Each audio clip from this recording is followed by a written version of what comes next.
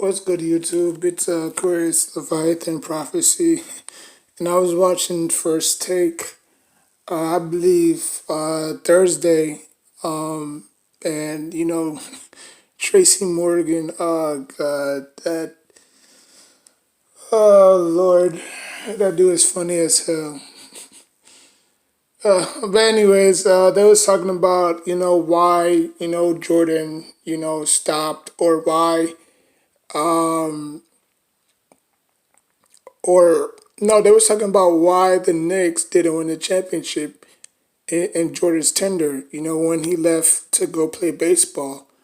Their window was wide open. That I guess I think, hypothetically speaking, the Knicks could have possibly won two championships. But he left and he came back and he won. He still won championships after he returned. So it's not like yeah, there was a little rust in this game, but I mean, the highly competitiveness nature of him was still intact, and obviously the Knicks, fell short again. Um, in my opinion, I think, I mean, we was well put together. I think if we had a better coach, because I don't think Pat Riley was the right guy for the job. I think if we was I think if the Knicks was utilized better, I think you know I think I believe if the Knicks was utilized better, I think we could have won at least two championships. You know what I'm saying? But we was just playing in a bad system all around. It wasn't really Jordan's greatness that stopped us. I think, we stopped ourselves, because I think as good as the Knicks was in the '90s, and they was good, they was good. You couldn't really take nothing away from them. They were grinders out. They were just alpha dogs. You know what I'm saying? But at the same time, they just ran into a better team. You know, the Knicks didn't necessarily didn't have an identity. I mean, yeah, you had Patrick Ewing. You know what I'm saying? You had Starks who was undrafted. You had Oakley that was from the Bulls that went to the Bulls and then obviously got traded to the Knicks. You had Mason. I mean, you just had plenty of guys, and then you had Smith, obviously, who cost us that freaking game six, I believe, seven or six, when he was trying to put it back up in the board instead of just kicking it out. And Starks, who had I think 27 points in that game, hit the game winning shot. You know what I'm saying? But obviously he did it. He tried to put it back up. He got the rebound, tried to put it back up several times. He got the rebound, and then obviously he got blocked from behind, and the rest was history.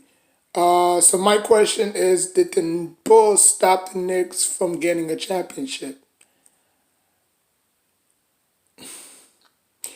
Like I said, man, we stopped ourselves. I mean, we were great, and we were a great defensive team. Offensively, not so much, but defensively, we were second in defense efficiency. 3 straight years when we had Pat Riley. So, obviously Pat Riley went on to go to Miami Heat and win, multiple championships with them. But had little success with the New York Knicks. The only thing we had going for us was we was in second. We was we was second in defense efficiency. You know what I'm saying? We allowed the fewest points. We had the most blocks in the league. You know what I'm saying? So I think Michael Jordan had a little bit to do with it, but we just stopped our own selves. I think if we just played team basketball, um, I think we could have won at least one championship. You know what I'm saying? But I'm not saying that everybody on that team was greedy or was to themselves, but you know, I mean, like literally, who did Patrick Ewing have to play with? Like Patrick Ewing didn't have a second superstar. You can't say Oakley was a superstar. You can't say Starks was a superstar. You can't say Mason, rest in peace, was a superstar. You know what I'm saying? Patrick Ewing was the only superstar on that team. When he wasn't there, we was winning. When he was there, we was losing. You know what I'm saying? Like I remember the 1999 season where we were the eighth seed and we knocked off the number one seed. And guess what? Patrick Ewing was not even playing. Even though we didn't win the whole thing, we upsetted the number one seed, and that's rare for a team for eight seeded team to knock off a one seeded team. And guess who was that one seeded team? Miami Heat with Alonzo Mourning. You know what I'm saying? So that was a huge accomplishment. But we didn't get the job done. So like it's gonna be like New York teams right now. They're a mess. The Giants are a mess. The Knicks are a mess. The Jets are a mess. You know what I'm saying? The only team that has a chance, remotely chance, because we all know that the Jets and the Giants don't play in New York City. They play in New Jersey. You know what I'm saying? The only team that plays in New York is the Knicks, the Yankees,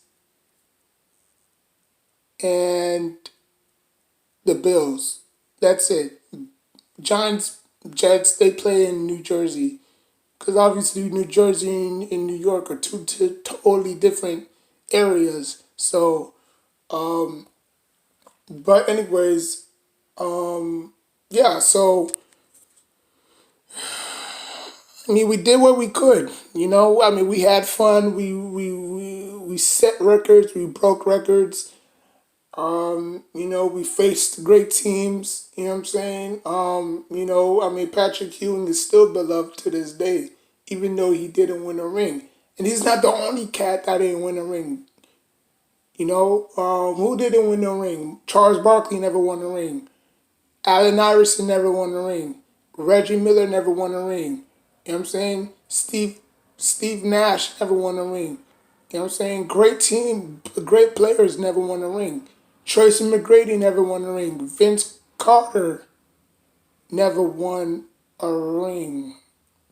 No, he never won a ring. Um, so there's great players that never won a ring. Patrick Ewing, you can also add to that list. So, um, but I don't think it was Michael Jordan's greatness that stopped them. I think they just had bad coaching. I think if they was coached up the right way and played in the right system, I think they would have gave the Bulls, a run for their money. But I mean, it's barbershop talk now because that can never happen unless unless you play 2K. You know what I'm saying? Put the difficult levels, yeah, put the difficulty level on Hall of Fame. Put it for 12 minutes and see who can duke it out in a playoff simulation.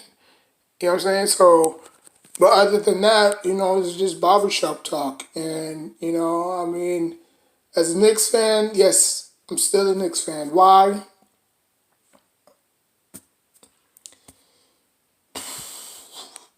Like I get that question a lot. Like, dude, why you still with this team, man?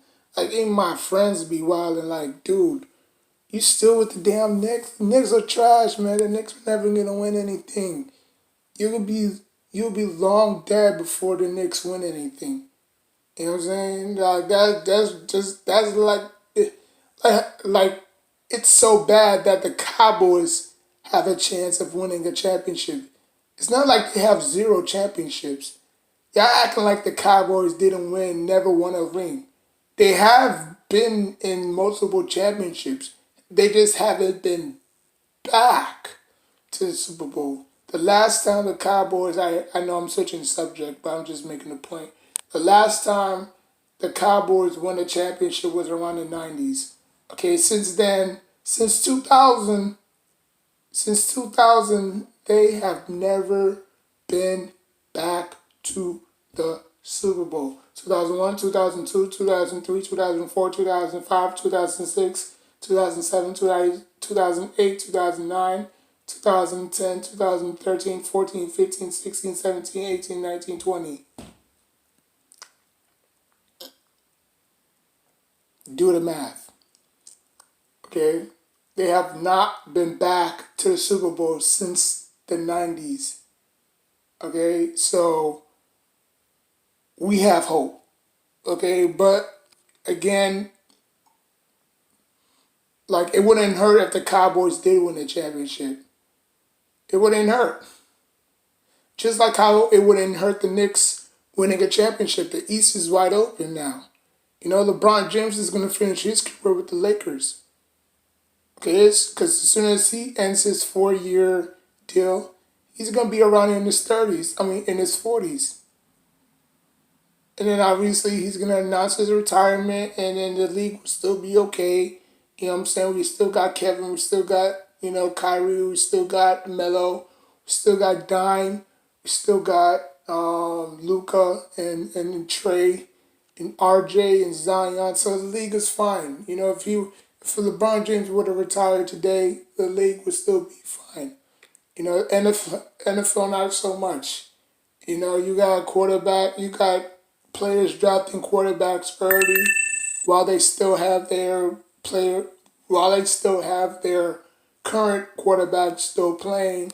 So I understand you have to prepare for the future because obviously they're not going to necessarily play for long. They want to play for long, but I mean, you just got to get the new guys in there, get them prepped up, and just move on. You know what I'm saying? Like what you did was great. We respect you. We appreciate what you did for the one Super Bowl that you won, but that's not gonna cut it. You know what I'm saying? So the Knicks can get it done. I believe the Knicks can win a lot of games. They just need the right. Again, like I said in my last video about the NFL, how the NFL need three ingredients to make a Super Bowl team: head coach, quarterback, offensive line. While in the NBA, you just have to get the system and the players right. That's it. The system and the players. You know what I'm saying? Because coaching doesn't matter. The NBA is not a coaching league. The NBA is a players league. The NFL is a coaching and um, and owners league. You know what I'm saying? So it's different.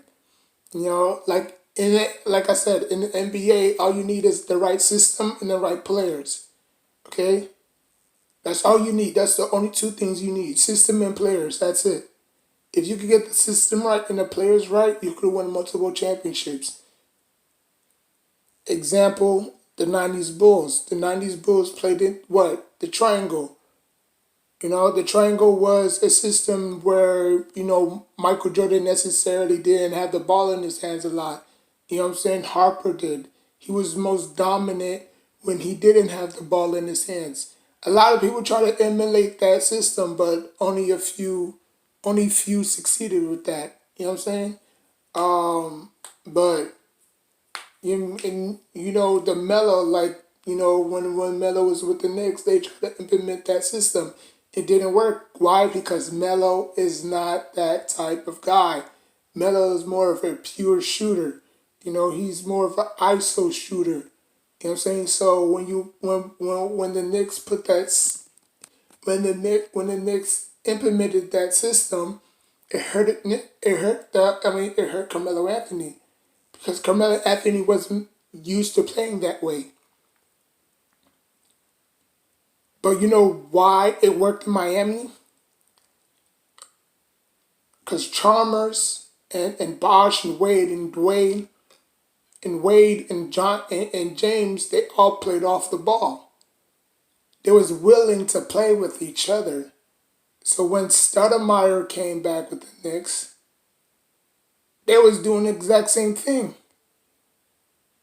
You know what I mean? Like way before Melo even came, the Knicks was using the triangle.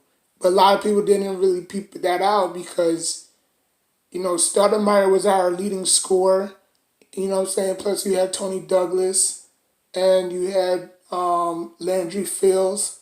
You know what I'm saying? So you had you had okay talent around Stoudemire. So Stoudemire didn't necessarily have to dominate the ball like he did. You know what I'm saying? That's why he was in discussions for MVPs and stuff, averaging like 27 points per game. But since Melo came, everything completely changed. You know what I'm saying? Like they literally had to stop that offense just to predicate Melo. And that hurt us. I mean, yeah, we had success with them both on the court at the same time, but overlapping over the course of, over the months and years, it slowly died out. And then obviously, it just got out of hand quickly. But, but like I said, I think the Knicks did stop themselves. I think the Knicks could have at least, I think the Knicks could have at least, did something right or do something right or do something better for them not to, get themselves not embarrassed, but get themselves beat up all the time against the Bulls. You know what I'm saying?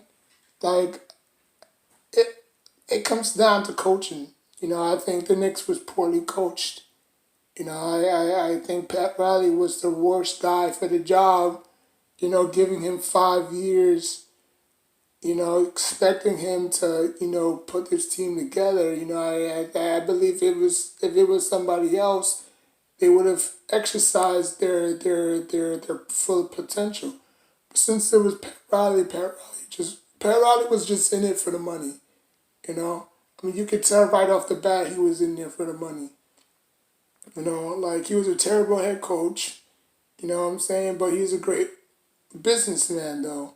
You can't deny that he's a great businessman. He may lack of coaching, but he's a pretty good businessman. But at the same time, I just think it was coaching. Coaching, is the one reason why the Knicks never won a championship.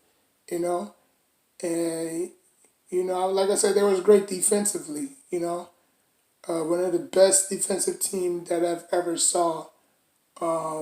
But it hurt them offensively too because everything was going through Patrick Ewing. They didn't really have a second option, third option. You know what I'm saying? So I mean, it is what it is. So tell me what you think about why or was it Michael Jordan who stopped the Knicks from winning a championship, or was it the Knicks who got in their own way? You know what I'm saying? Like most people might say, oh, it was the Knicks. The Knicks wasn't. The Knicks didn't really have players to, support, Patrick Ewing. Like if Patrick Ewing played with another two All Stars, we would have been having a different discussion. You know what I'm saying? Like we would have be if Patrick Ewing won at least one championship, we would have been we would have been having a different discussion. But since he never won a championship, you could throw a lot of what ifs there. Oh, what if Patrick Ewing had another superstar? Oh, what if the Knicks had a better head coach? Or what if the Knicks did this and did that? It's barbershop talk, okay? Things that will never happen ever again. That's barbershop talk, So again, I mean, we did the best we could with what we had, you know. Um, but it wasn't enough. At the end of the day, it wasn't enough. So tell me what you think about the Knicks getting denied by Michael Jordan 5 times. And it's not the first time Michael Jordan has done this. Patrick Ewing, he's done this in college when he was with North Carolina. 1986. Championship when he scored that buzzer beater to knock off Georgetown. So I mean, it is what it is, though. But I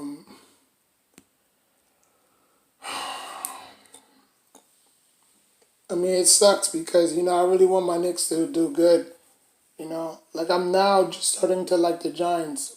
You know, but I'm still have to make my decision by June 1st whether or not I'm